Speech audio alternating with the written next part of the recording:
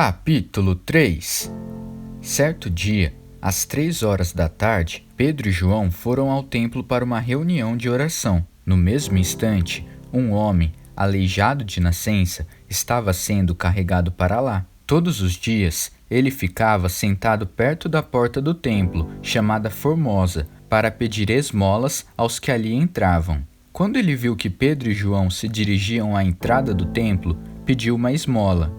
Pedro, junto com João, olhou-o bem nos olhos e disse: "Olhe para nós." Ele olhou, na esperança de ganhar uns trocados. Pedro continuou: "Não tenho um centavo para dar a você, mas vou dar o que tenho, em nome de Jesus Cristo de Nazaré. Comece a andar." Dito isso, segurou o mendigo pela mão direita e puxou-o. Num segundo, os pés e tornozelos do homem se firmaram. Ele deu um salto e começou a andar.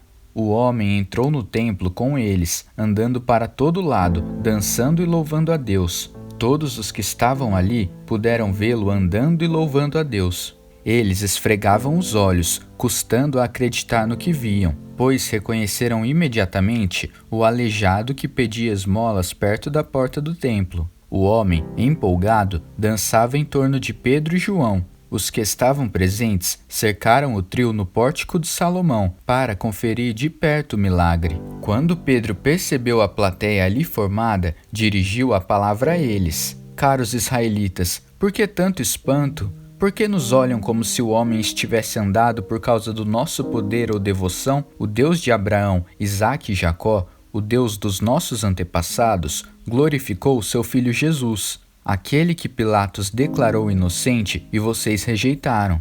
Vocês rejeitaram o santo, o justo, e pediram um assassino em seu lugar. Vocês mataram o autor da vida, que Deus ressuscitou dos mortos. E nós somos testemunhas disso. A fé no nome de Jesus pôs de pé este homem, cuja condição vocês conheciam bem. Sim, a fé, e nada menos que a fé, deixou esse homem curado diante de todos vocês. Agora, amigos, sei que nem vocês, nem seus líderes tinham ideia do que estavam fazendo quando mataram Jesus, mas Deus, que pela pregação de todos os profetas já havia determinado que o Messias seria morto, sabia exatamente o que vocês iriam fazer e usou isso para cumprir seu plano.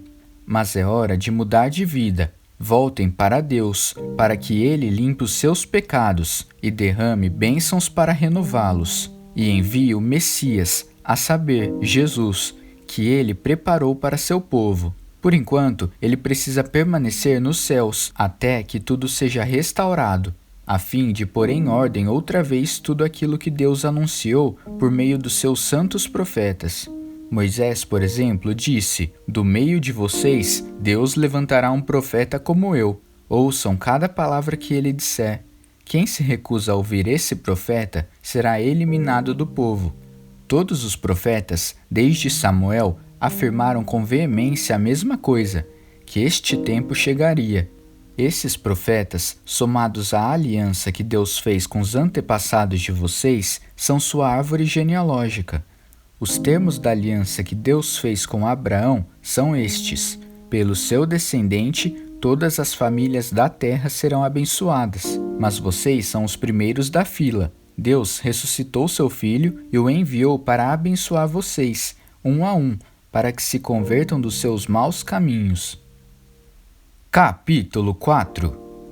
Enquanto Pedro e João falavam ao povo, os sacerdotes, o chefe da guarda do templo e alguns saduceus se aproximaram, indignados com o fato de aqueles apóstolos pretensiosos estarem instruindo o povo e afirmando que Jesus havia ressuscitado dos mortos. Os dois foram presos e ficaram no cárcere até o dia seguinte, pois já era tarde da noite.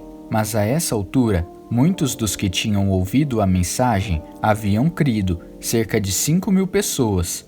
No dia seguinte, foi convocada uma reunião em Jerusalém. Os governantes, líderes religiosos e mestres da lei judaica, o sacerdote principal Anás e os demais, Caifás, João, Alexandre, enfim, todos que tinham alguma influência estavam lá. Eles puseram Pedro e João no meio da sala e o pressionaram. "Quem deu autoridade a vocês? O que pretendem com isso?" E naquela hora, cheio do Espírito Santo, Pedro respondeu: Governantes e líderes do povo, se fomos trazidos a julgamento hoje por ajudar um homem doente, se estamos sendo investigados por causa desta cura, vou ser bem claro com vocês, não temos nada a esconder. Foi pelo nome de Jesus Cristo de Nazaré, aquele que vocês mataram numa cruz e que Deus ressuscitou dos mortos. É pelo nome dele que este homem está na presença de vocês, saudável e curado. Jesus é a pedra que os pedreiros rejeitaram, que agora é a principal. A salvação não vem por outro caminho. Nenhum outro nome foi ou será designado para a nossa salvação, somente o de Jesus. Eles não conseguiam desviar os olhos de Pedro e João, porque eles se mostravam confiantes e seguros. A fascinação aumentou quando perceberam que os dois eram leigos, isto é, sem formação teológica e com pouca educação formal. Eles reconheceram os antigos companheiros de Jesus, mas com um homem diante deles, de pé e curado, o que poderiam argumentar? Eles os mandaram sair da sala por um instante, para que pudessem elaborar uma estratégia. Disseram: O que vamos fazer com esses homens? A esta hora, todos na cidade devem saber do milagre e que eles estão por trás disso. Não há como refutar. Para que isso não vá adiante, temos de ameaçá-los para que eles não mencionem o nome de Jesus a mais ninguém. Eles os chamaram de volta e os advertiram a não mais fazer menção ao nome de Jesus, nem ensinar em seu nome. Mas Pedro e João reagiram. Decidam os senhores se é justo aos olhos de Deus ouvir a ele ou a vocês. Nós não temos dúvida, não podemos nos calar a respeito do que vimos e ouvimos. Os líderes religiosos fizeram mais ameaças, mas depois os deixaram ir, pois contra eles nada podiam provar que justificasse a prisão. Todo o povo estava louvando a Deus pelo que havia acontecido e, sem dúvida, iria se revoltar contra esta decisão. Além disso, o homem que havia sido curado tinha mais de 40 anos de idade. Assim que saíram, Pedro e João se reuniram com seus amigos e contaram o que os principais sacerdotes e líderes religiosos tinham dito. Ouvindo o relato, eles ergueram a voz numa bela e harmoniosa oração. Deus forte, que fizeste os céus, a terra e o mar, e tudo o que há neles, pelo Espírito Santo, falaste pela boca do teu servo e nosso pai Davi. Nações, por que tanto tumulto? Povos, por que tantos planos? Os líderes da terra brigam por posições, poderosos se encontram em reuniões de cúpula, os que negam Deus e se rebelam contra o Messias. Pois de fato eles se reuniram, Herodes e Pôncio Pilatos, com nações e povos, e até mesmo Israel, nesta cidade, para planejar contra seu santo filho Jesus, aquele a quem fizeste Messias, para levar adiante os planos que elaboraste há muito tempo. Agora eles atacam de novo. Cuida destas ameaças e dá aos teus servos confiança e coragem para pregar tua mensagem. Estenda a mão para realizar curas, milagres e maravilhas, em nome do teu santo servo Jesus. Enquanto eles oravam, o lugar em que estavam reunidos tremeu.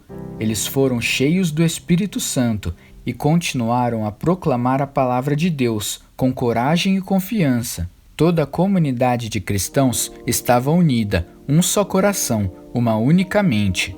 Eles não alegavam direito de propriedade nem do que era deles. Ninguém dizia, isto é meu e de ninguém mais. Eles compartilhavam tudo. Os apóstolos davam um testemunho poderoso da ressurreição do Senhor Jesus, e a graça repousava sobre todos eles. Além disso, ninguém do grupo passava necessidade. Os que possuíam campos ou casas vendiam essas propriedades e entregavam o dinheiro da venda aos apóstolos, como oferta. Os apóstolos, por sua vez, distribuíam esses recursos de acordo com a necessidade de cada um. José, que os apóstolos chamavam de Barnabé, que significa filho da consolação, levita nascido em Chipre, vendeu uma propriedade que possuía, trouxe o dinheiro e o entregou como oferta aos apóstolos.